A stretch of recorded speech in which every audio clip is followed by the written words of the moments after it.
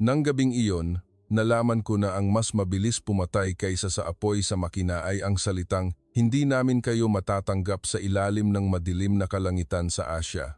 Ang hudyat ng babala mula sa sabungan ay parang martilyo na tumama sa aking puso. Ang makina ay nagloko. Bawat segundo ay bumabawas sa oras namin, ngunit ang mas nakakatakot ay ang bawat paliparan na sumagot sa amin ng may mga magagandang dahilan. Masamang panahon, kulang sa tauhan, hindi handa ang runway, walang sino man ang nagsabi na tatanggapin namin ang iyong mga pasahero. Ang mga natutulog na pasahero, mga bata na nakakapit sa kanilang mga ina, mga matatanda na mahigpit ang kapit sa kanilang kamay, habang ako, si Anya, ang Polish Chief Flight Attendant, ay naglakad sa pasilyo ng may ngiting sinanay upang itago ang katotohanan. Hanggang sa halos desperado ng binanggit ng boses sa sabungan, ang huling pangalan, Maynila, puwede ba? At sa sandaling iyon, nang nagtanong ang Pilipinas para panagutan, hindi para tumanggi, agad kong naunawaan na ang pinakamalakas na bansa ay hindi ang pinakamalakas magsalita, kundi ang bansa na may sistema na handa kang mapababa ng ligtas. Nang ang boses sa kabilang linya ay nagsabing, "Tinataanggap namin," hindi ako kaagad ngumiti. Ako ay napahinga ng isang saglit na para bang kailangan ng aking katawan ng ebidensya na ang mga salitang ito ay totoo, hindi lamang ilusyon na dulot ng takot. Ako, si Anya, isang Polish Chief Flight Attendant na nagtatrabaho sa kalangitan sa loob ng 17 taon. 17 taon na nagturo sa akin na sa panahon ng kagipitan, ang pinakamapanganib ay hindi ang sigaw ng mga pasahero, kundi ang pagkatakot na kumalat sa mata ng cabin crew. Dahil kung isang miyembro lang ng crew ang mabibigo, guguho ang tiwala ng buong eroplano. Kaya, sinanay ko ang sarili ko na maglakad ng mabagal, magsalita ng kaunti, at ngumiti na parang kontrolado ang lahat, kahit na nanginginig ang aming mga kamay sa likod ng aming apron. Nakarating na ako sa mga world-class na paliparan, nakita ko ang mga sistema na malakas at ang mga sistema na maganda ngunit hungkag. Nakita ko ang mga taong sumisigaw ng malakas para maniwala ang iba at nakita ko ang mga taong hindi kailangang magtaas ng boses dahil ang sistema na mismo ang nagsasalita para sa lahat. Ngunit inaamin ko na bago ang gabing iyon, ako rin ay isa sa mga naapektuhan ng hindi nakikitang hierarkiya sa aming industriya. Sino ang dapat tawagin muna? Sino ang dapat hilingan ng tulong sa huli? Ang ilang bansa ay itinuturing na ligtas na pagpipilian, ang ilan ay titingnan na lang natin mamaya. Sa katotohanan, ang kaligtasan ay wala sa reputasyon, kundi nasa kahandaan na managot. At noong gabing iyon, malinaw na ipinakita sa akin ng Maynila, masakit na pinili ko ring maniwala sa sabi-sabi kaysa tingnan ang katotohanan mula sa datos. Kahit na nakalapag na ako sa Maynila, nang hindi mabilang, nakatayo na, sa Naya, nakita ang pagiging abala ng mga tao, narinig ang mga anunsyo sa iba't ibang wika, nagkamali pa rin akong isipin na sa gabi, ang sistema ng sinuman ay dapat bumagal. Dapat may salitang maghintay, kailangang kumonsulta, hindi handa. At bigla, tinawag ako ng boses mula sa sabungan. Pumasok ako. Pagbukas ko ng pinto, nakita ko ang mukha ng kapitan na dating matigas na parang bato na lumuwag. Hindi dahil nawala ang problema, kundi dahil sa wakas, hindi na kami nag-iisa sa kalangitan. Itinuro ng co-pilot ang radio at sinabing humihingi ang Maynila ng karagdagang impormasyon. Kasalukuyang posisyon, abnormalidad ng makina, natitirang gasolina, bilang ng mga pasahero, may emergency medical case ba? Nakadama ako ng kakaibang pakiramdam. Dahil ang mga tanong na ito ay hindi mga tanong na naghahanap ng magalang na pagtanggi. Ito ay mga tanong na, paano ka namin matatanggap ng pinakaligtas? Iyon ang pagkakaiba na nagbigay ng pakiramdam na may sahig muli sa ilalim ng paa ng lahat ng nasa sabungan. At ang susunod na pangungusap na narinig ko, mabilis ngunit mabigat, gagabayan namin kayo para lumapag ng ligtas. Pumikit ako saglit, hindi dahil gusto kong umiyak, kundi dahil kailangan kong pilitin ang aking puso na bumalik sa pagtatrabaho ng sunod-sunod. Inisip ko ang aking crew sa likuran, inisip ko ang mga pasahero na hindi alam kung ilang beses na kaming tinanggihan. Agad kong sinabi sa sarili ko na ang aming tungkulin ngayon ay hindi maging masaya. Ang aming tungkulin ay panatilihin ang katahimikan hanggang sa lupa. Umalis ako sa sabungan at naglakad pabalik sa pasilyo na tahimik pa rin ang katahimikan na hindi alam na sa unahan ay may bangin pala. Tiningnan ko ang bawat isa sa aking mga kasamahan. Hindi na kailangan ng maraming salita. Sapat na ang tinginan. Nagbigay ako ng maliit na senyas tulad ng sinanay namin sa loob ng maraming taon. Maghanda para sa emergency landing protocol. Ngunit gawin itong parang pinakanormal na paglapag. Dahil ang mga pasahero ay hindi kailangan ng buong katotohanan. Kailangan nila ng katiyakan mula sa amin. May isang crew member na bumulong na nagtatanong sa pamamagitan ng kanyang mga mata. Tumango ako ng mahina, iyon lang, at nakita kong bumaba ng isang antas ang balikat niya para siyang naglagay ng isang mabigat na bato na dinadala niya sa kanyang dibdib.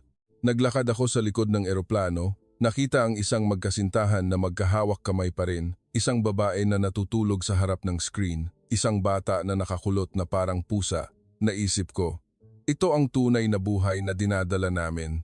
Hindi ang mga numero sa radar, hindi ang mga pangalan ng paliparan sa sistema ng komunikasyon, kundi ang mga taong naniniwala pa rin na iuwi namin sila. Tumayo ako sa likod ng galley, huminga ng malalim, at nagsabi sa aking team ng mahina ngunit malinaw, mayroon na tayong destinasyon, tinanggap tayo ng Maynila. Ibababa natin ito ng pinakamakinis hanggat maaari. Walang sigawan ng yehey, walang labis na kagalakan. Mayroon lamang matalim na tingin na bumalik ang tingin ng mga taong nagtatrabaho na alam na kailangan nilang maging mas kalmado ngayon. Ako rin, hindi ko tiningnan ang Pilipinas ng gabing iyon bilang isang postcard na imahe. Hindi ito ang ngiti ng pagtanggap sa turista, kundi ibang kahulugan. Ang kahulugan ng bayanihan ng hindi pag-iwan na hindi isinisigaw, kundi ginagawa sa pamamagitan ng sistema, ng kahandaan, ng pananagutan na hindi pumipili ng oras. At alam ko na kapag lumapag na ang eroplano, hindi lang kami nakaligtas. Uuwi kami ng may bagong pamantayan sa isip. Ang pinakamalakas na bansa ay hindi ang pinakamalakas magsalita, kundi ang bansa na nagtatanong para tanggapin ka mula sa unang saglit na humingi ka ng tulong. Nang sinabi ko sa team na mayroon na kaming destinasyon, hindi ito kaagad nagpagaan ng lahat. Nagbago lang ang uri ng presyon mula sa walang direksyon na desperasyon ay naging presyon na may layunin. Kailangan naming mapababa ang buong eroplano ng pinakamakinis na paraan. Naglakad ako pabalik sa gitna ng eroplano sa parehong ritmo. Mabagal, pare-pareho, na parabang naglalakad sa isang seremonya. Dahil sa sandaling iyon, ang ritmo ay kasing importante ng mga salita. Kung tatakbo kami, malalaman ng mga pasahero. Kung masyado kaming magbubulungan, malalaman ng mga pasahero. Kahit ang ingay ng gulong ng trolley na tumatama sa sahig ay abnormal na, kaya nitong magpakalat ng takot tulad ng apoy. Nagbigay ako ng maikling senyas sa crew sa bawat zone na simulan ang landing preparation protocol, ang aming sinanay na gawain na parang paghinga. Suriin ang mga pinto, suriin ang mga emergency exit, suriin ang mga kagamitan pang emerhensiya, ayusin ang mga ilaw sa cabin para sa paningin sa gabi. Ang lahat ay gumalaw na parang sayaw na walang musika. Walang nagtanong kung ano ang gagawin dahil ang magandang sistema ay isang sistema na hindi nangangailangan ng personal na tapang sa bawat pagkakataon. Ginagawa lang namin ang idinisenyo para gawin, at ito ang magdadala sa amin pasulong. Tiningnan ko ang mga kamay ng aking mga kasamahan, ang kamay na nagpihit ng seatbelt para sa pasahero, ang kamay na humipo sa gilid ng overhead compartment para tiyakin na mahigpit ang lock, ang kamay na marahang humahaplos sa balikat ng isang maliit na bata para malaman ng ina na tinitingnan namin sila. Ito ang aming trabaho. Ang pakiramdam na ligtas ang mga tao nang hindi kailangang ipaliwanag kung gaano kami nanganganib. Nakatanggap ako ng tawag mula sa sabungan sa pamamagitan ng intercom. Sinabi ng kapitan ang bagong estimated time of arrival at hiniling sa akin na maghanda ng maikling anunsyo upang panatilihing alerto ang mga pasahero nang hindi sila nagpapanik. Agad kong naunawaan ang kultura ng komunikasyon sa krisis. Hindi ito ang pagbuhos ng buong katotohanan sa mga tao, kundi ang pagpili ng katotohanan na tutulong sa kanila na makipagtulungan at itago ang bahagi na magpapahina sa kanila kasama ng mga may pananagutan.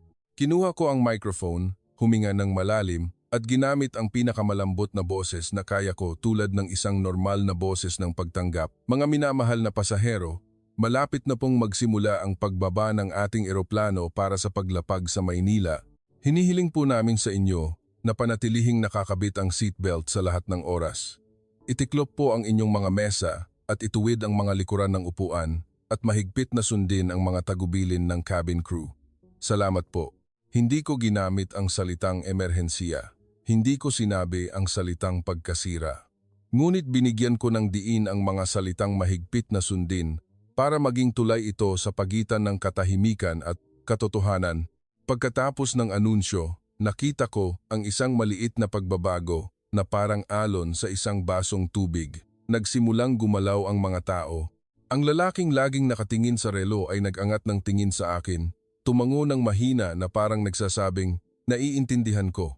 Isinara ng mahigpit ng babae sa business class ang kanyang laptop. Ngayon, wala na siyang maliwanag na screen na nakabukas na parang may hinihintay. Hinawakan niya ang kanyang dibdib at huminga ng dahan-dahan. Ang ilang bata ay nagsimulang magising. Ang ilang ina ay humigpit sa kumot. Naglakad ako para tulungan silang magligpit ng mga natitirang baso sa mga tray ng pinakatahimik na paraan, nag-iingat na hindi ito tumama sa isa't isa para hindi mag-ingay. Dahil ang maliliit na ingay sa oras na ito ay laging mas malakas kaysa sa totoo. Habang nakayuko ako para magligpit ng mga tray sa isang row, narinig ko ang isang Asian passenger na bumulong sa kanyang kasintahan. "Mabababa tayo, hindi ba?" Ang tono niya ay hindi hula. Ito ay pagtitiwala ng buhay sa kilos ng cabin crew. Nagangat ako ng tingin at nakita ko ang kanyang mga mata. Hindi kami magkakilala, ngunit sa sandaling iyon, naramdaman ko na para siyang nagbigay sa akin ng isang mabigat na bagay na hawakan, isang bagay na tinatawag na tiwala, at ito ay mas mabigat kaysa sa lahat ng maleta. Ngumiti ako sa kanya ng bahagya, hindi ang pang-aliw na ngiti ng isang umaarte, kundi isang ngiti na nagsasabing, "Tinanggap ko na." Pagkatapos, nagpatuloy ako sa paglalakad, sinuri ang mga seatbelt sa bawat row sa pamamagitan ng dulo ng aking daliri. Hindi dahil hindi ginagawa ng mga pasahero, kundi dahil ang pagsusuri ay nagpapadala ng senyas na gumagana pa rin ang sistema. Isang crew member ang yumuko at nagsalita sa isang maliit na batang babae sa Ingles, "We are landing soon, okay?" Tumango ang bata, mahigpit ang yakap sa kanyang manika. Nakita ko ang ina ng bata na akmang magsasabi ng salamat, ngunit nilunok ang salita tulad ng maraming tao sa Asya na pinipiling huwag manggulo sa panahon ng matinding pag-igting. Ang pagiging mapagbigay na naging automatikong kooperasyon at naisip ko ang kultura ng Pilipinas na marami na akong naranasan, ang pagiging magalang na hindi lamang isang pangwakas na salita, kundi ang palaging pag-iisip sa iba muna. Kung handa ang sistema ng paliparan sa lupa tulad ng sinabi nila, dapat handa ring makipagtulungan ang mga tao sa eroplano. Bumalik ako sa aking pwesto malapit sa harap ng pinto. Nakikinig sa tono ng makina na nagsimulang magbago habang kami ay bumababa. Ang katawan ay laging nakakaalam bago ang isip kung papasok na sa mahalagang bahagi. Tiningnan ko muli ang aking mga kasamahan. Ang lahat ay kalmado pa rin, ngunit ang kalmadong iyon ay buhay, hindi shock. Nagsimula kaming makarinig ng mga maikling update mula sa sabungan sa pamamagitan ng internal system, taas, bilis, oras sa runway. Ang lahat ay mga numero na nagpapalit sa takot sa isang bagay na kayang pamahalaan. Alam ko na hindi kami dapat magsalita ng himala sa usapin ng kaligtasan dahil ang nagligtas sa amin ay hindi swerte, kundi ang paggawa ng pinakakaraniwang bagay ng pinakatama sa pinakamalaking pagkakamali ng oras. At noong gabing iyon, mas luminaw ito sa bawat segundo. Ang kaligtasan ay hindi malakas na ingay. Hindi ito matatamis na pampalubag loob, kundi disiplina ng mga nagtatrabaho na alam ang kanilang tungkulin at ang kooperasyon ng mga estranghero na piniling magtiwala sa sistema sa halip na sirain ito sa pamamagitan ng pagkalito. Sa sandaling nagsimula na ang seryosong pagbaba ng eroplano, bumalik ako malapit sa pinto, umupo sa aking pwesto at pinakinggan ang buong mundo sa pamamagitan ng dalawang tunog. Ang isang linya ay ang ingay ng makina na nagbago ang tono ayon sa presyon at ang isa pang linya ay ang boses ng radyo mula sa Maynila na napakatahimik na parang malinaw na tubig. Walang labis na pangungusap, walang pampalubag loob na labis. Ngunit bawat salita ay nagbigay ng hangganan sa takot. At kapag may hangganan ang takot, kaya itong pamahalaan. Nagbigay ng senyas ang kapitan sa pamamagitan ng internal system na papasok na kami sa approach phase. Hindi ko nakita ang buong larawan sa sabungan, ngunit alam ko ang ritmo. Ito ang sandali kung saan ang pinakamaliit na pagkakamali ay may pinakamalaking halaga at ito ang sandali kung saan kailangang patunayan ng paliparan ng destinasyon kung gaano katibay ang kanilang salitang tinatanggap namin. Muling pumasok ang boses mula sa control tower ng Maynila sa magalang na tono na nakasanayan ko na sa maraming paglapag dito. Kinumpirma ang taas, kinumpirma ang bilis, kinumpirma ang heading. Ang mga utos ay sunod-sunod na parang hagdanan, hindi mga batong inihagis sa amin. Walang maghintay muna, walang may sagabal, walang paulit-ulit na tanong na nag-aaksaya ng oras. Para silang nagtutuloy ng isang sinulid para hawakan namin, isa-isa, at iniiwan kami mula sa madilim na kalangitan patungo sa lupa ng matatag. Hindi ko sinasadyang naisip ang mga naunang sagot mula sa ibang mga lugar, ang mga sagot na maganda ang paliwanag, ngunit iniwan kami na lumulutang sa kawalan ng katiyakan. Ngunit iba ang boses mula sa Maynila. Nagbigay ito ng katiyakan, hindi dahil sobrang kumpiyansa sila, kundi dahil handa silang managot mula nang magsimula silang magtanong ng unang set ng tanong. Narinig ko ang kapitan na sumagot ng maikli, malinaw, na parang may kinakausap sa radio. Naiintindihan, salamat.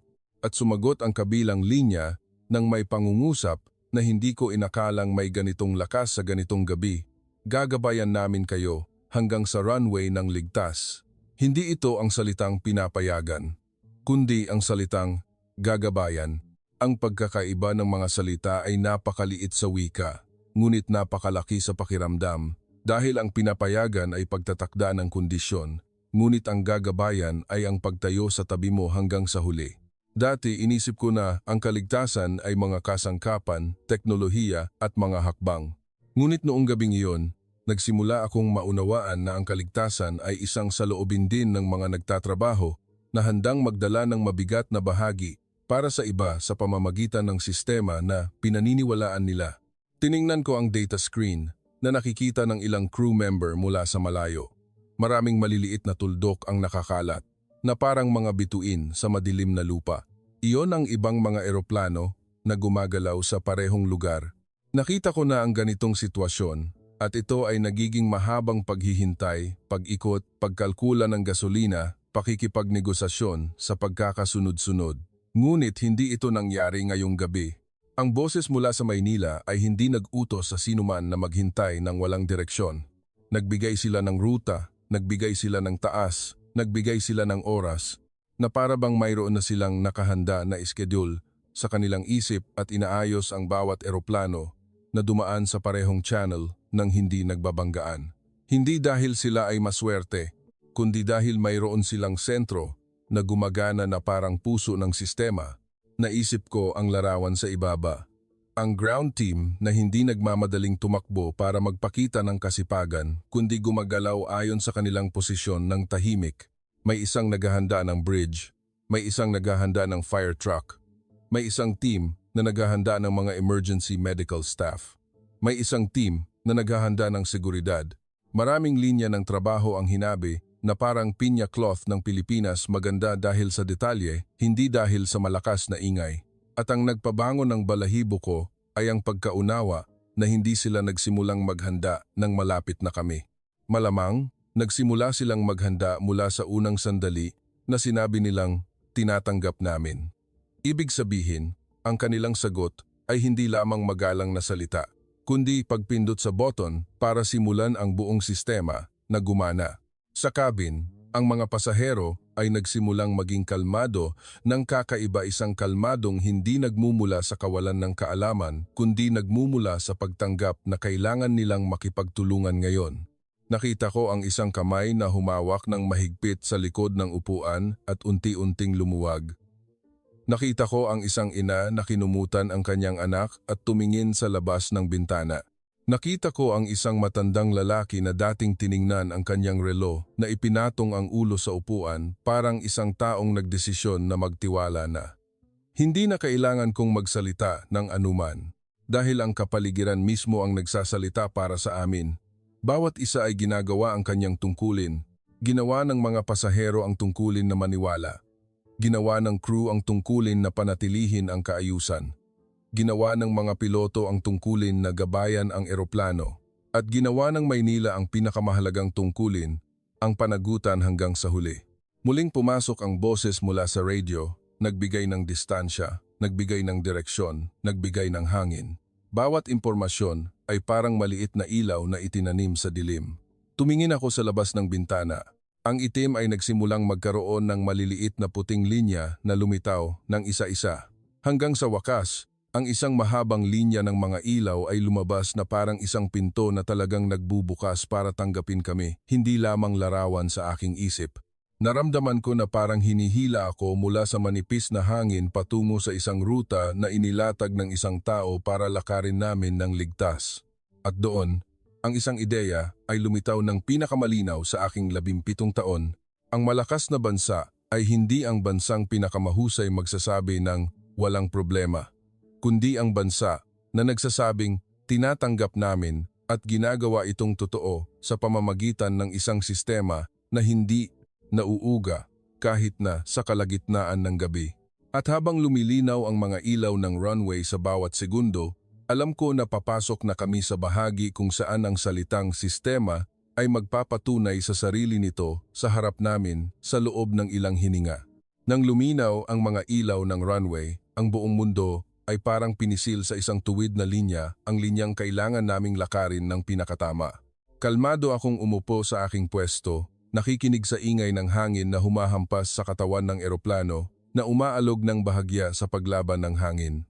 Madilim pa rin sa labas, ngunit hindi na pareho ang dilim dahil ito ay tinusok ng mga ilaw na nakaayos ng sunod-sunod na parang isang pangako na kayang hawakan. Ang boses mula sa control tower ng Maynila ay pumapasok pa rin ng paunti-unti, malinaw at tuloy-tuloy.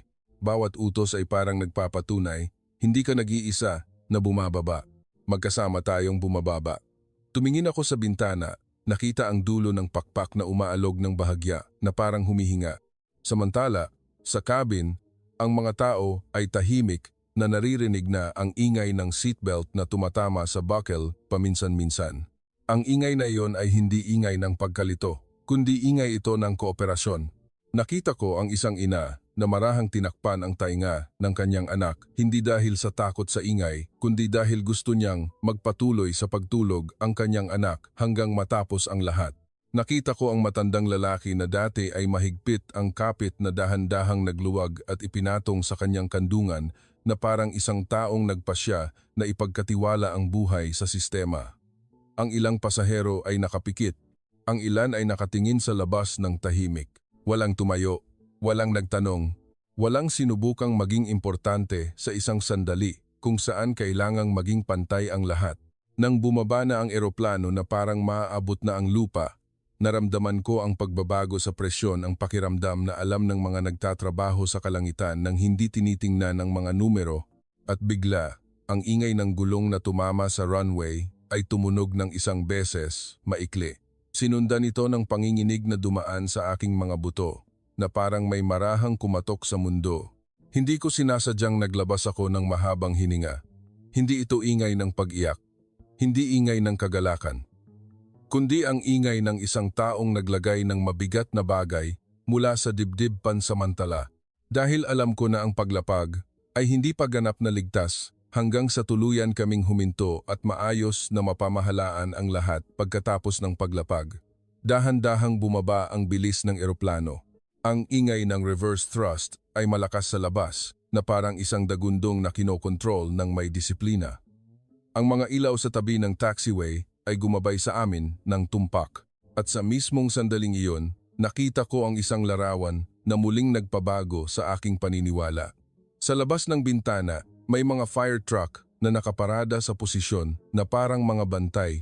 May mga ambulance na nakabukas ang ilaw, ngunit hindi nagmamadali. Walang tumatakbong nagmamadali para may makunan ng video. Walang sigawan sa buong paliparan. Ang lahat ay nasa pwesto na para bang hindi umaasa ang Maynila na makaligtas kami, kundi naghanda sila para makaligtas kami bago pa man namin makita ang lupa. Huminto na ang eroplano. Hindi pa masyadong maliwanag ang mga ilaw sa kabin. Ang lahat ng crew member ay nagkokontrol pa rin ng ritmo. Tumayo ako muna at nagsalita sa isang boses na malambot ngunit mabigat na pinanatili ang mga pasahero sa kanilang upuan. Hinihiling po sa lahat na manatiling nakaupo. Mayroon po kaming koordinasyon para tanggapin ang mga pasahero na nangangailangan ng tulong muna. Salamat po sa inyong kooperasyon. Ang pangungusap na ito, kung sinabi sa ibang bansa, ay maaaring makatanggap ng pagkalito, ngunit sa kabin na ito, mayroon lamang katahimikan, at sa katahimikang iyon, mayroong pagkaunawa. Tumingin ako sa harap, nakita ang emergency medical team ng Pilipinas na umakyat sa eroplano ng mabilis ngunit magalang. Hindi sila nagtulakan. Hindi sila nagmadali hanggang sa nawala ang kanilang kagandahang asal, ngunit bawat hakbang nila ay may layunin na parang sinanay na sila. Alam nila ang numero ng upuan, alam nila ang ruta, alam nila kung ano ang gagawin nang hindi kailangang magtanong sa amin ng 10 beses. Kahit na limitado ang impormasyong ipinadala namin. Agad na huminto ang medical team sa row ng pasyente.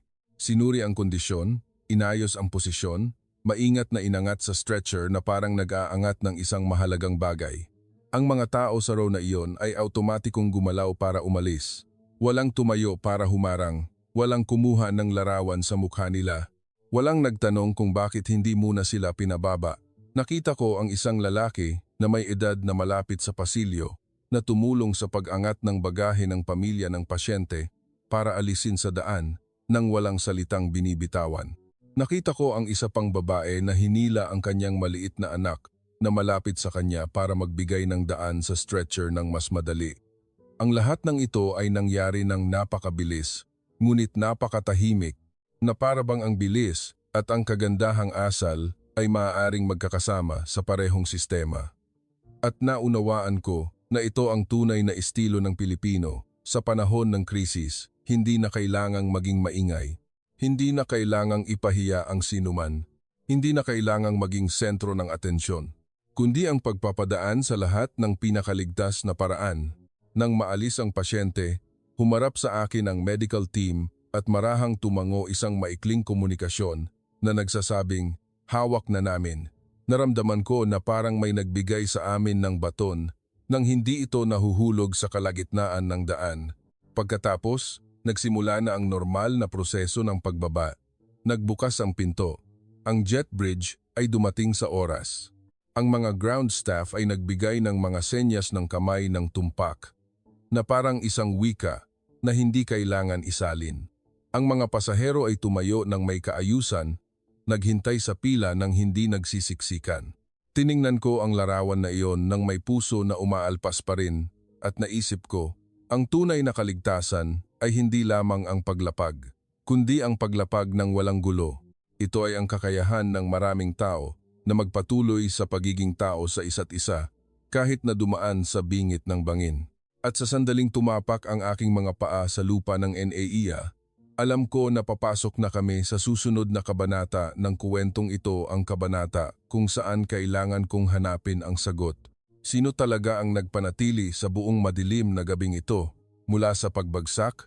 At ang sagot ay maaaring hindi lamang isang pangalan ng isang tao. Pagkatapos umalis ng huling pasahero sa pinto, bumalik ang katahimikan sa loob ng eroplano. Ngunit sa pagkakataong ito, hindi ito ang nakakabahalang katahimikan tulad noong lumulutang pa kami sa kalangitan. Ito ay ang katahimikan ng pagtatapos ng trabaho tulad ng isang stage pagkatapos ng palabas, kung saan alam ng lahat na natapos na ang mahalagang bagay at natitira na lamang ang pagliligpit ng mga detalye. Sinuri ko ang cabin ng isang beses.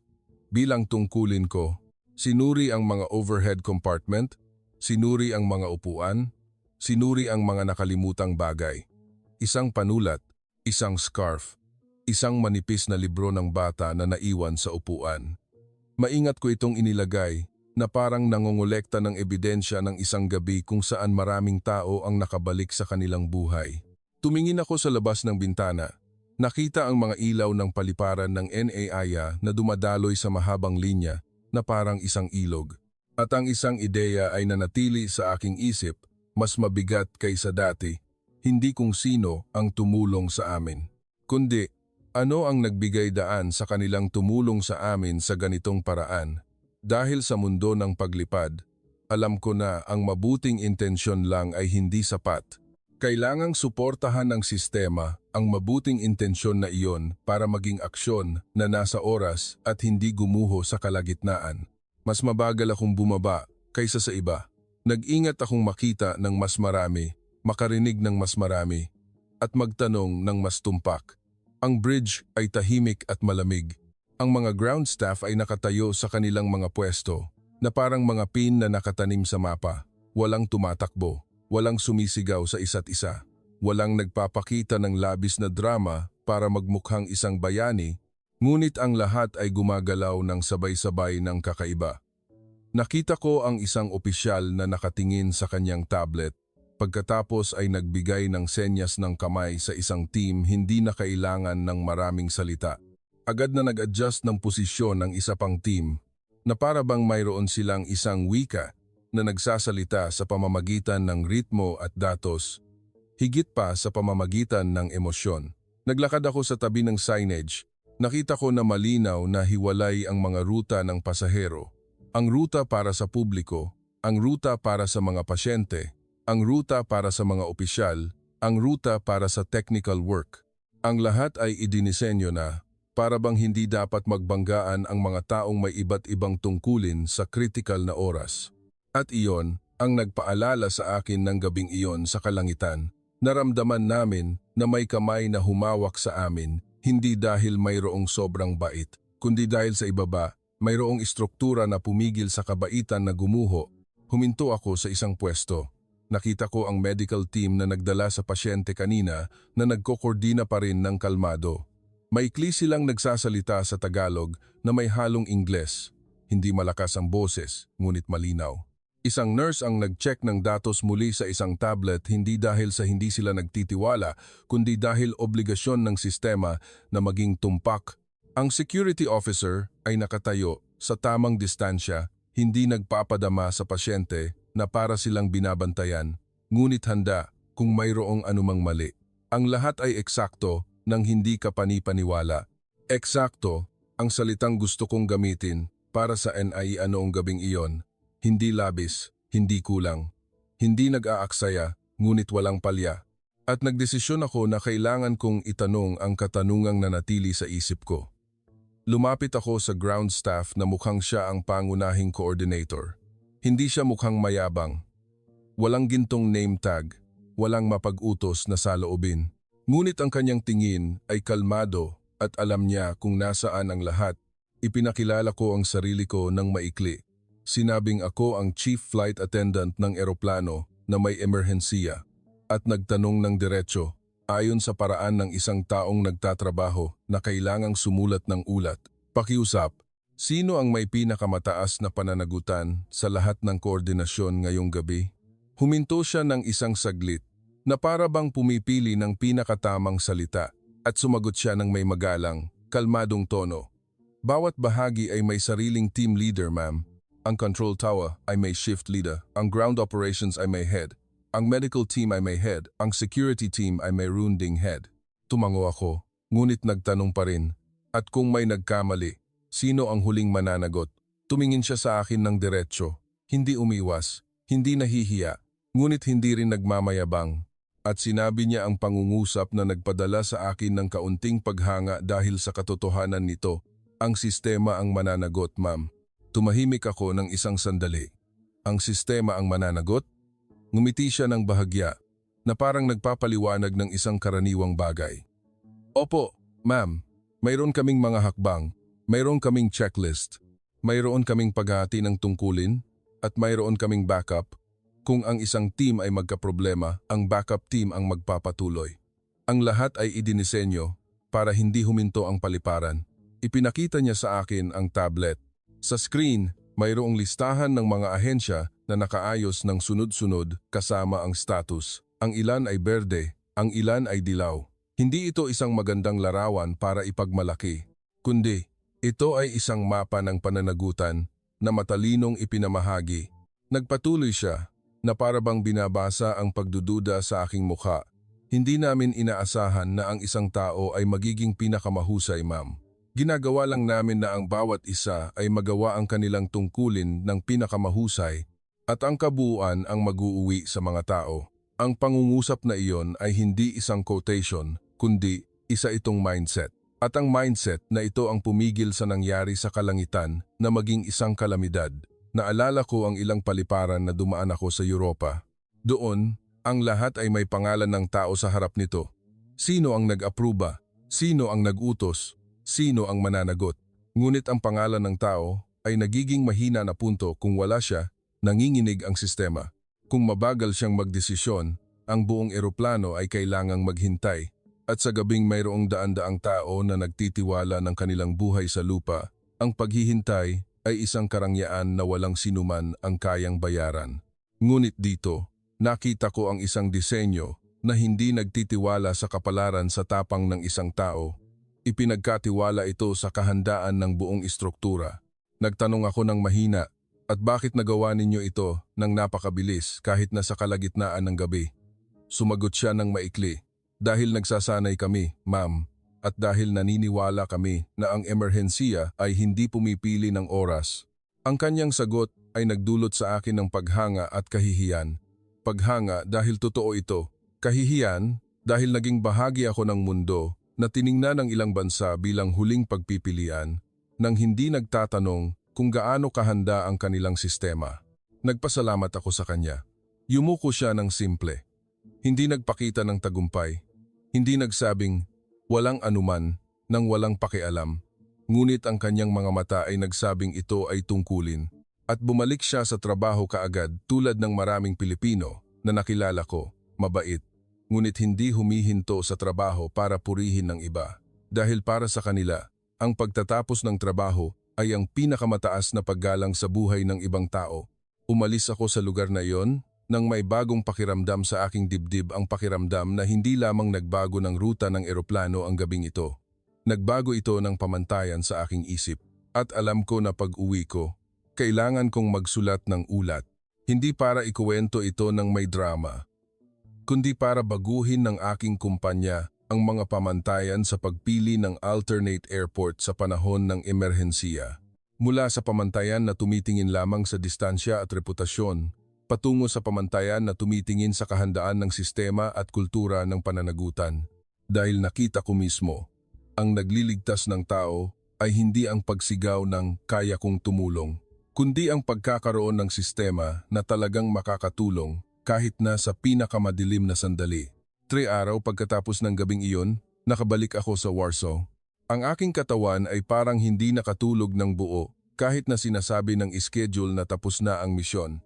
Ngunit sa aking isip, naririnig ko pa rin ang boses sa radyo mula sa NAIA, paulit-ulit ang boses na hindi nagpakita ng kaba, hindi nagpakita ng pagmamayabang, kundi nananagot hanggang sa nakaligtas ang buong eroplano. Inilagay ko ang aking bagahe sa aking silid, binuksan ang maliit na ilaw at umupo ng tahimik sa harap ng computer. Dahil alam ko na ang susunod na tungkulin ay kasing importante ng pagpapababa ng mga tao, ang ulat. Ang ulat ng isang chief flight attendant ay hindi isang lugar para ikuwento ang emosyon, kundi isang dokumento na dapat matuto ang sistema. Dahan-dahan kong tinipa ang unang pamagat na parang pumipili ng mga salita na hindi magtataksil sa katotohanan. Nag-alinlangan ako ng matagal.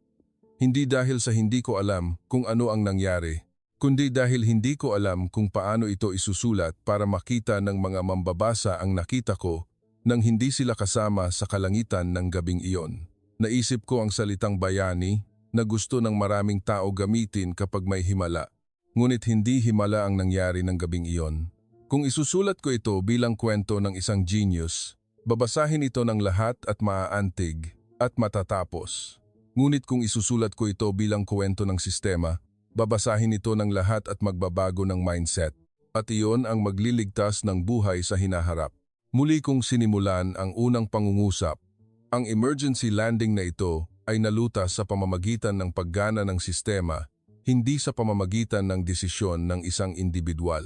Nang lumabas ang pangungusap na ito sa screen, naramdaman ko na para akong opisyal na naglalagay ng aking pagkiling sa papel at sinimulan kong isaayos ang oras ng detalyado. Ang unang tawag, tinanggihan dahil sa panahon. Ang ikalawang tawag, tinanggihan dahil sa manpower. Ang ikatlong tawag, tinanggihan dahil sa runway.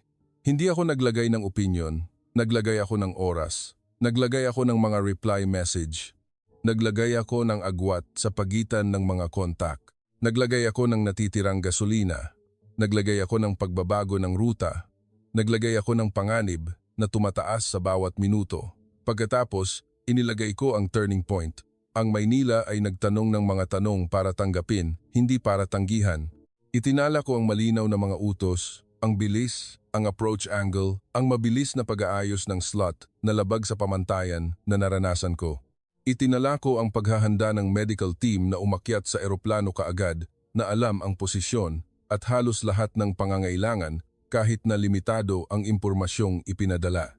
Itinala ko ang kooperasyon ng mga pasahero nang hindi pinipilit ang paghihintay sa pila, ang pag-alis para sa pasyente, ang hindi pag-uunahan sa pagbaba dahil ang mga bagay na ito ay bahagi rin ng kaligtasan. Nagpatuloy ako sa pagsusulat hanggang sa ang mga numero at katotohanan ay naayos bilang isang kuwento na hindi na kailangan ng palamuti, ngunit sapat na mabigat. Dumating ako sa pinakamahirap na bahagi, ang conclusion, ang mungkahi. Dahan-dahan kong tinipa, ngunit malinaw, iminumungkahi na muling suriin ang mga pamantayan sa pagpili ng alternate airport sa panahon ng emerhensiya na nagbibigay diin sa kahandaan ng sistema, tuloy-tuloy na pagtugon at ang kakayahang panagutan hanggang sa huli kaysa sa pagsasaalang-alang lamang ng distansya at laki ng paliparan. Inihinto ko ang aking mga kamay sa keyboard at tiningnan ang pangungusap na iyon ng matagal. Dahil hindi lamang ito isang mungkahi sa trabaho. Ito ay isang deklarasyon na tumigil na akong maniwala sa mga lumang pagraranggo. Inililipat ko ang aking paggalang sa lugar na nararapat, sa tunay na pananagutan, hindi sa reputasyon. Ang ulat ay ipinadala sa Operations Department. Kinabukasan, isang maikling email ang dumating, ngunit nagpatibok ito sa aking puso.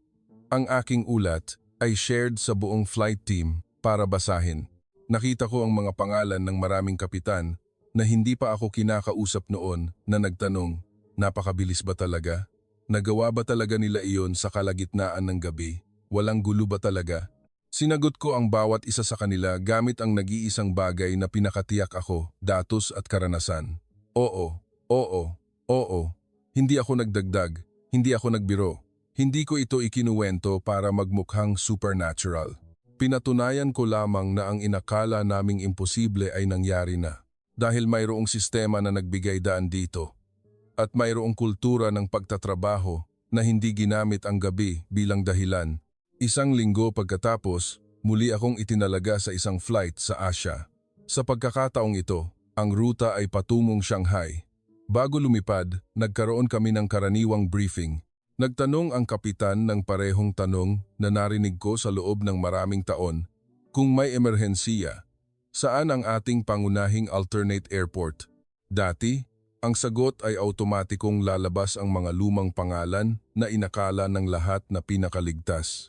Ngunit sa pagkakataong ito, narinig ko ang sarili kong pangalan na nagsalita ng isang bagong pangalan muna. Ang Naya, Maynila, ay angkop, kapitan. Tumahimik ang silid ng isang saglit. Pagkatapos, tumango ang kapitan na parang nagdesisyon na, nabasa ko ang iyong ulat, sinabi niya sa isang kalmado ngunit mabigat na tono. Mula ngayon, dapat nating isipin ang Maynila. Ngumiti ako nang hindi sinasadya. Hindi ngiti dahil nanalo ako sa sinuman, kundi ngiti dahil alam ko na ang isang gabing karanasan ay talagang makakapagpabago ng pamantayan ng buong organisasyon. At habang naglalakad ako papasok sa eroplano, naisip ko ang opisyal na iyon sa NAIA na nagsabing, ang sistema ang mananagot. Maaaring hindi niya alam na ang kanyang simpleng salita ay naglakbay na sa buong kontinente at nagbago ng pamantayan sa pagdesisyon ng isang European airline company. At sa isang gabi sa hinaharap, Maaari itong magligtas ng buhay ng isang taong hindi ko pa nakikita. Iyon ang kadakilaang Filipino na natutunan ko. Hindi na kailangang mag-anunsyo. Hindi na kailangang itaas ang sarili. Gawin lang ang tungkulin hanggang sa huli. At ang katotohanan na mismo ang gagawa ng trabaho ng advertising. At mula noon, sa tuwing naririnig ko ang salitang hindi namin kayo tatanggapin, naaalala ko ang isa pang salita na mas mabigat. Ang salitang tinatanggap namin sinabi at ginawa sa pamamagitan ng sistema, sa pamamagitan ng kagandahang asal, at sa pamamagitan ng puso na hindi nag-iwan ng sinuman sa likod. Pagkatapos na ibahagi ang ulat sa operations team, hindi nagbago ang aking buhay trabaho ng biglaan. Ngunit nagbago ito sa paraan na gusto ng sistema na magbago ng tahimik, unti-unti. At isang araw, paglingon mo, makikita mong hindi na ito, tulad ng dati. Sa briefing room, mas madalas nang binabanggit ang pangalan ng NAIA na para bang unti-unti itong umaakyat sa mapa ng isip ng mga taong dating may matibay na lumang pagkakasunod-sunod. Ang ilang kapitan ay nagsimulang magtanong ng mga tanong na hindi nila kailanman tinanong. Gaano kahanda ang kanilang ground team sa gabi?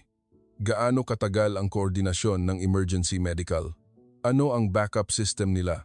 Ang mga tanong na ito ay nagbigay sa akin ng ginhawa dahil ibig sabihin, humihinto na kami sa pagpili ng kaligtasan sa pamamagitan ng reputasyon at nagsisimula na kaming pumili sa pamamagitan ng tunay na kahandaan. At kapag nagsimulang magtanong ng tamang tanong ang isang organisasyon, nagsisimula itong umusad sa tamang daan. Ako mismo ay nagbago ng maliliit na gawi. Hindi ko na tiningnan ang paliparan bilang isang lugar lang para magpalit ng pasahero. Tiningnan ko ito bilang isang makina ng pananagutan na kailangang gumana sa ilalim ng napakalaking presyon. At habang mas madalas akong lumilipad sa Pilipinas, mas nakikita ko ang parehong bagay ng may bagong mata. Ang dating tila kaguluhan ng isang malaking lungsod ay naging kaayusan sa ibang anyo, isang kaayusan na hindi matigas, kundi flexible, na parang isang sayaw na alam ang sarili nitong ritmo. Marami pa akong beses na lumapag sa Maynila pagkatapos noon. Minsan, para lang magdagdag ng gasolina. Minsan, para magsakay ng mga bagong pasahero. Minsan, normal na flight na walang nangyayari. Ngunit sa bawat paglalakad ko sa bridge, hinahanap ko ang parehong bagay nang hindi ko namamalayan. Ang katahimikan na gumagana. Nakita ko ang isang ground staff na nakatingin sa tablet. Pagkatapos ay itinuro ang kamay para ayusin ng baggage team ang posisyon. Nakita ko ang isang security guard na nakatayo sa tamang pwesto, hindi nagbabanta, ngunit hindi rin walang pakialam. Nakita ko ang isang janitor na dahan-dahang nagmumop ng sahig sa maliliit na bilog, hindi para kumislap ang sahig sa isang litrato, kundi para hindi madulas ang mga naglalakad sa totoong mundo. Nakadaan na ako sa mga paliparan sa Europa na mas malinis, mas marangya, ngunit hindi ko pa nakita ang ganitong tuloy-tuloy na intensyon na hindi kailangang ipahayag na importante ito. Ngunit ito ay importante dahil pinipigilan nito ang maliliit na aksidente na maging malaking problema. Isang araw, mayroon akong kaunting oras bago mag-boarding. Umupo ako malapit sa bintana sa crew rest area, nakikita ang bahagi ng tarmac. Maraming eroplano ang nakaayos na parang kawan ng bakal na ibon na nagpapahinga ng kanilang mga pakpak. Ang mga tao sa ibaba ay gumagalaw sa maliliit na linya ngunit hindi sila nagkakalat. Para silang maraming kulay na sinulid na hinabi ng sama-sama na alam ang kanilang tungkulin. Nakita ko ang isang catering truck na dumaan ng maingat. Nakita ko ang isang stair truck na lumapit sa isang eroplano at huminto sa tamang posisyon. Nakita ko ang mga kumikislap na ilaw na nagkokomunika nang hindi nagsisigawan. At isang larawan ang pumasok sa aking isip nang hindi inimbitahan, ang gabi na paulit-ulit kaming tinanggihan. Ang gabi na ang salitang, hindi namin kayo tatanggapin, ang nagpaliit sa malawak na kalangitan na naging isang masikip na hawla. At ang gabi na ang salitang tinatanggap namin mula sa Maynila ang nagbukas sa hawla na iyon. Ang pakiramdam noon ay pareho pa rin sa tuwing naaalala ko, hindi excitement kundi isang kakaibang init na para bang may nag-abot ng kamay sa iyo sa oras na hindi ka na naglakas loob humingi. At nagsimula kong maunawaan na ang natutunan ko ay hindi lamang isang aralin sa paglipad, kundi aralin ito sa dignidad ng isang bansa na hindi kailangang maging maingay. Hindi kailangang magpahayag na sila ay magaling, kundi pinanatili ang dignidad sa pamamagitan ng paggawa ng tungkulin hanggang sa huli, sa oras na walang sinuman ang nakakakita. At sa panahon kung saan maraming lugar ang gustong tumanggi sa pamamagitan ng magagandang dahilan, ang tunay na tapang ay maaaring hindi ang pagsasabing, kaya namin, kundi ang pagtatanong, nasaan ka na ngayon? Ano ang kailangan naming ihanda? At ang paggawa nito kaagad. Tumayo ako mula sa upuan, naglakad para kumuha ng kape mula sa automatic machine. Sa daan, nakita ko ang isang Filipino airport staff na tumutulong sa isang matandang turista na iangat ang kanyang bagahe sa scanning machine. Hindi siya mukhang pagod. Hindi siya mukhang nagmamayabang. Ginawa lang niya ito na parang isang karaniwang bagay. Nagpasalamat ang turista. Ngumiti siya at tumango, na parang nagsasabing walang anuman. Ngunit narinig ko ang salitang mas malalim doon. Ito ang tungkulin. At sa sandaling nakita ko ang pagiging karaniwan na ito, naramdaman ko na ang kwento na dala-dala ko sa aking puso ay dapat ikuwento sa tamang paraan. Hindi ikuwento para magmukhang isang superstar ang Pilipinas. Hindi ikuwento para magmukhang masama ang ibang bansa. Kundi ikuwento para magbago ang mga tao ng kanilang pamantayan tulad ng pagbabago ko. Dahil ang pamantayan ang nagtatakda kung sino ang makakakuha ng pagkakataong magligtas ng buhay sa hinaharap. Nangako ako sa sarili ko nang tahimik na kung ikukuwento ko ang kuwentong ito, ikukuwento ko ito ng may paggalang sa katotohanan, paggalang sa sistema, at paggalang sa mga nagtatrabaho na hindi nangangailangan ng papuri, ngunit nararapat na pagkatiwalaan. At hindi ko gagamitin ang salitang himala nang higit pa sa salitang paghahanda. Dahil iyon ang tunay na diwa ng gabing iyon, ang gabing nagturo sa akin na ang ilang kadakilaan ay dumarating ng tahimik, at habang mas tahimik, mas kapani-paniwala. Nagsimula akong mapagtanto na kung itatago ko lang ang kuwentong ito sa isang ulat, magbabago lamang ito ng mga hakbang sa kumpanya.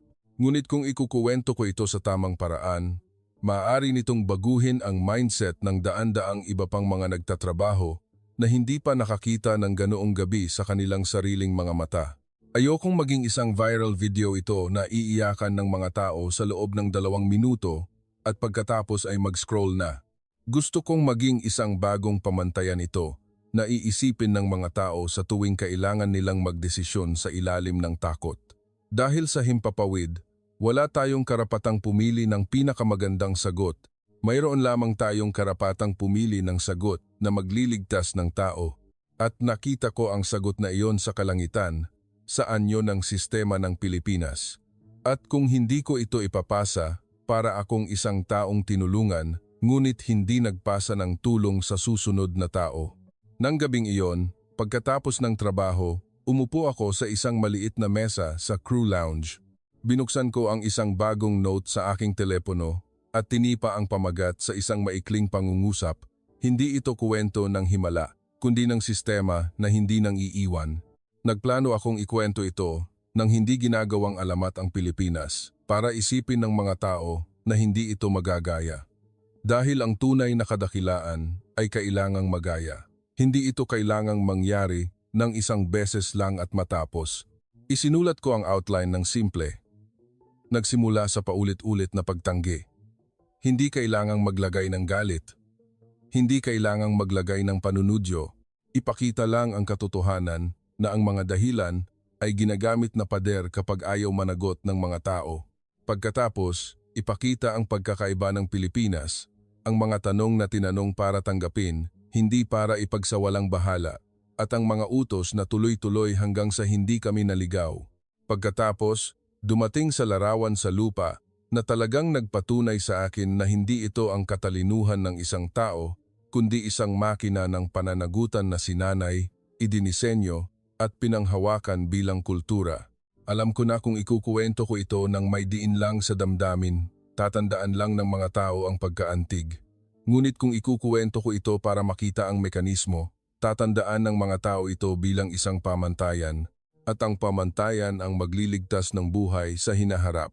Kinabukasan, bago lumipad, nakilala ko ang isang batang piloto na bagong lipat sa ruta sa Asia. Hawak niya ang briefing document at nagtanong sa akin nang may pagtataka sa kanyang mukha. Anya, Bakit mo iminungkahi na isipin muna ang Naya kaysa sa ibang malalaking paliparan? Hindi ba iyon delikado? Ang tanong na iyon ang nagpangiti sa akin. Dahil iyon ang eksaktong tanong na nasa isip ko noon. Hindi ako sumagot ng may emosyon. Sumagot ako sa pinakamaikling pangungusap na papayagan ng katotohanan. Sa krisis, ang mahalaga ay hindi kung gaano kalaki, kundi kung gaano kalayo ang kaya nilang panagutan. Tumahimik siya ng isang saglit, na para bang ang sagot na iyon ay humipo sa isang bagay na hindi pa niya nasusukat noon. Nagdagdag ako ng bahagya, na parang isang taong ayaw magturo, ngunit ayaw siyang maligaw. Hindi ko sinasabing ang Pilipinas ang pinakamahusay sa lahat ng bagay. Ngunit ng gabing iyon, ginawa nila ang hindi kayang gawin ng maraming lugar. Hindi nila ginamit ang gabi bilang dahilan, at hindi nila kami hinayaang lumutang sa kawalan ng katiyakan. Tumango ang batang piloto at tiningnan ang dokumento sa kanyang kamay, na para bang binabasa ito muli ng may bagong mata. Nakita ko ang larawang iyon, at naramdaman ko na nagsisimula ng gumana ang pagpapasa kahit na nagsisimula lamang sa isang tao. Makalipas ang ilang araw, ipinadala ko ang maikling bersyon ng kuwento sa ilang kasamahan para basahin, hindi para humingi ng papuri, kundi para magtanong. Kung nabasa mo ito, babaguhin mo ba ang paraan ng pagpili ng alternate airport? Ang ilang sumagot na hindi nila kailanman inisip ang tungkol sa backup system ng ganoon. Ang ilan ay nagsabing hindi nila inisip na ang saloobin ng destinasyong paliparan ay makakaapekto sa katahimikan ng sabungan. At may isang nagsabi ng pangungusap na nagpatunay sa akin na ang kuwentong ito ay dapat ipagpatuloy. Ginagawa nito akong gustong magsanay ng mas mahusay, hindi umasa lang sa swerte. Matagal akong natahimik pagkatapos kong basahin iyon, dahil iyon ang pinakagusto kong marinig. Hindi ang mga taong nagsasabing gaano kahusay ang Pilipinas, kundi ang mga taong nagsasabing kailangan kong maging mas mahusay dahil sa aralin. Ang tunay na aralin ay hindi lamang nagpapatingin sa atin ng mas mataas sa iba. Ginagawa rin tayong titingnan ang ating sarili muli at maglakas loob na aminin na mayroon tayong mga pagkiling na dapat ilapag.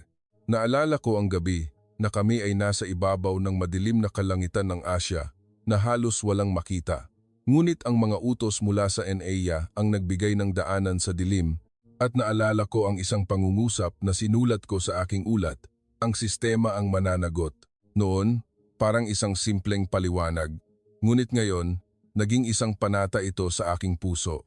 Kung ako ay bahagi ng sistema, kailangan kong gawin itong kapani-paniwala, hindi sa pamamagitan ng mga salita, kundi sa pamamagitan ng paggawa ng tungkulin hanggang sa huli. At ito ang dahilan kung bakit hindi ko malilimutan ang Pilipinas. Hindi dahil sa utang na loob na romantiko, kundi dahil tinuruan ako ng Pilipinas na ang tunay na bagay ay pinapatunayan ng tahimik at kapag nakita mo na ang tunay na bagay, wala kang karapatang maniwala muli sa sabi-sabi. Nang gabing iyon sa kalangitan, inisip ko na ang kalaban ay ang makina na nagbibigay ng babala. Ngunit ngayon, alam ko na ang mas nakakatakot kaysa sa pagkasira ay ang iwanan ka sa kawalan ng katiyakan. Dahil kapag walang tumanggap, ang pag-asa ay mawawala bago maubos ang gasolina at ang buong eroplano ay magsisimulang gumuho mula sa loob. Ngunit ang Pilipinas, ang NAIA, ay hindi lang nagbigay sa amin ng runway. Nagbigay sila sa amin ng anchor. Nagbigay sila sa amin ng kaalaman na mayroong nananagot hanggang sa huli. Ang salitang tinatanggap namin na sinabi sa isang kalmadong tono ng gabing iyon ay mas malakas kaysa sa anumang babala. Hindi ito pampalubag loob, kundi isang gumaganang sistema, isang team na gumagawa ng tunay na pag-aayos at isang kultura na hindi ginagamit ang dilim bilang dahilan. Kapag naaalala ko ang larawan ng ground staff na nakayuko sa pagtingin sa tablet, ang janitor na tahimik na nagmomop, ang medics na umakyat sa eroplano ng walang gulo, naunawaan ko na ang ilang kadakilaan ay hindi nangangailangan ng palakpak. Kailangan nito ng tiwala. At ang tiwala ay nagmumula sa paggawa ng parehong bagay ng paulit-ulit, hindi sa swerte. Kaya, daladala ko ang gabi ng Pilipinas sa bawat flight hindi para ikuwento ito para ma-excite ang mga tao, kundi para paalalahanan ng sarili ko at ang lahat na ang tunay na pamantayan ay hindi kung sino ang pinakamalakas, kundi kung sino ang may kakayahang panagutan hanggang sa huli. At habang nagtatrabaho pa ako sa kalangitan, hinding-hindi ko malilimutan ang mga ilaw ng runway ng Pilipinas, ang mga ilaw na nagturo sa akin na maniwala sa sistema at maniwala sa sangkatauhan. Muli,